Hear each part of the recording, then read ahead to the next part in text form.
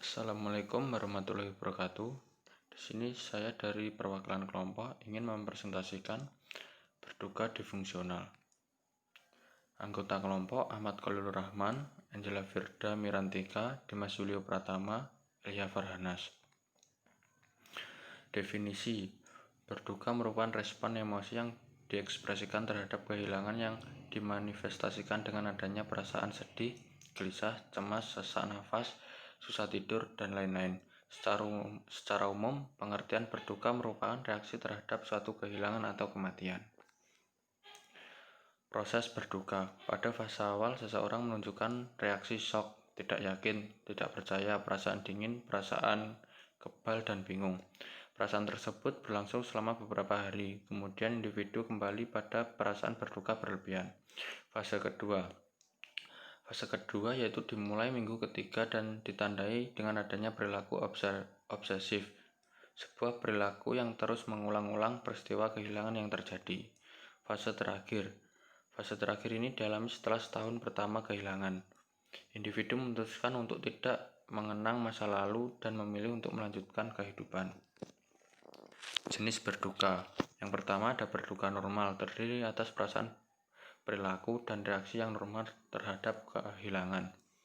Berduka antisipatif, yaitu proses melepaskan diri yang muncul sebelum kehilangan atau kematian yang sesungguhnya terjadi. Yang ketiga, berduka yang rumit, dialami oleh seseorang yang sulit untuk maju ke tahap berikutnya, yaitu tahap kedukaan normal. Selanjutnya, berduka tertutup, yaitu kedudukan akibat kehilangan yang tidak dapat diakui secara terbuka.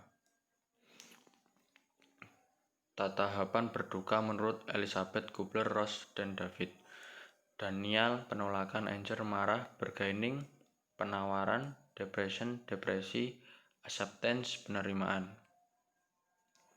Tanda dan gejala. Tanda dan gejala yang terdapat pada klien yang mengalami berduka difungsional antara lain. Yang pertama, adaptasi terhadap kehilangan yang tidak berhasil. Depresi menyangkal yang berkepanjangan, reaksi emosional yang lambat, tidak mampu menerima pola kehidupan yang normal. Tanda dan gejala yang mungkin terdapat pada klien yang mengalami berduka difungsional antara lain: isolasi sosial atau menarik diri, gagal untuk mengembangkan hubungan atau minat-minat baru, gagal untuk menyusun kembali kehidupan setelah kehilangan. Diagnosa keperawatan. Yang pertama, duka cita, suatu proses kompleks yang normal meliputi respon dan perilaku emosional, fisik, spiritual, sosial, dan intelektual ketika individu, keluarga, dan komunitas memasukkan kehilangan yang aktual, adaptif, atau dipersepsikan dalam kehidupan mereka sehari-hari. Yang kedua, duka cita terganggu, suatu gangguan yang terjadi setelah kematian orang terdekat ketika pengalaman distres yang menyertai kehilangan gagal memenuhi harapan normatif dan bermanifestasi gangguan fungsional. Intervensi keperawatan. Yang pertama, identifikasi kehilangan. Yang kedua, bantu pasien untuk mengidentifikasi kealamiahan keterkaitan dengan objek atau orang yang hilang. Bantu pasien untuk mengidentifikasi reaksi awal terhadap kehilangan. Dukung pasien untuk mengekspresikan perasaan mengenai kehilangan. Dengarkan ekspresi berduka. Dukung pasien untuk mendiskusikan pengalaman kehilangannya sebelumnya. Dukungan pasien untuk memverbalisasikan ingatan mengenai kehilangan, baik masa lalu ataupun masa kini. Buat pertanyaan empatik mengenai duka cita. Dukung identifikasi adanya perasaan takut yang paling besar terkait dengan kehilangan. Berikan instruksi dan proses fase berduka dengan tepat.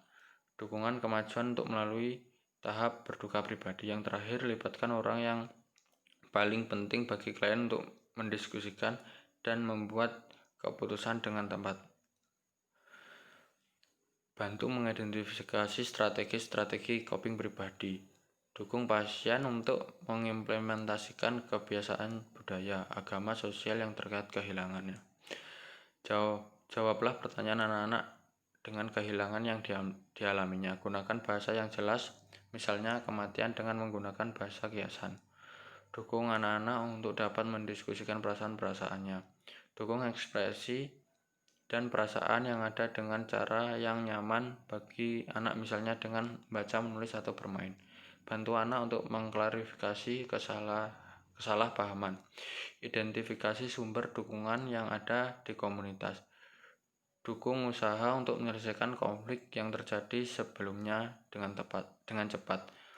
Kuatkan kemajuan dalam proses berduka. Bantu dalam mengidentifikasi kebutuhan untuk modifikasi gaya hidup. Sekian dari kelompok kami.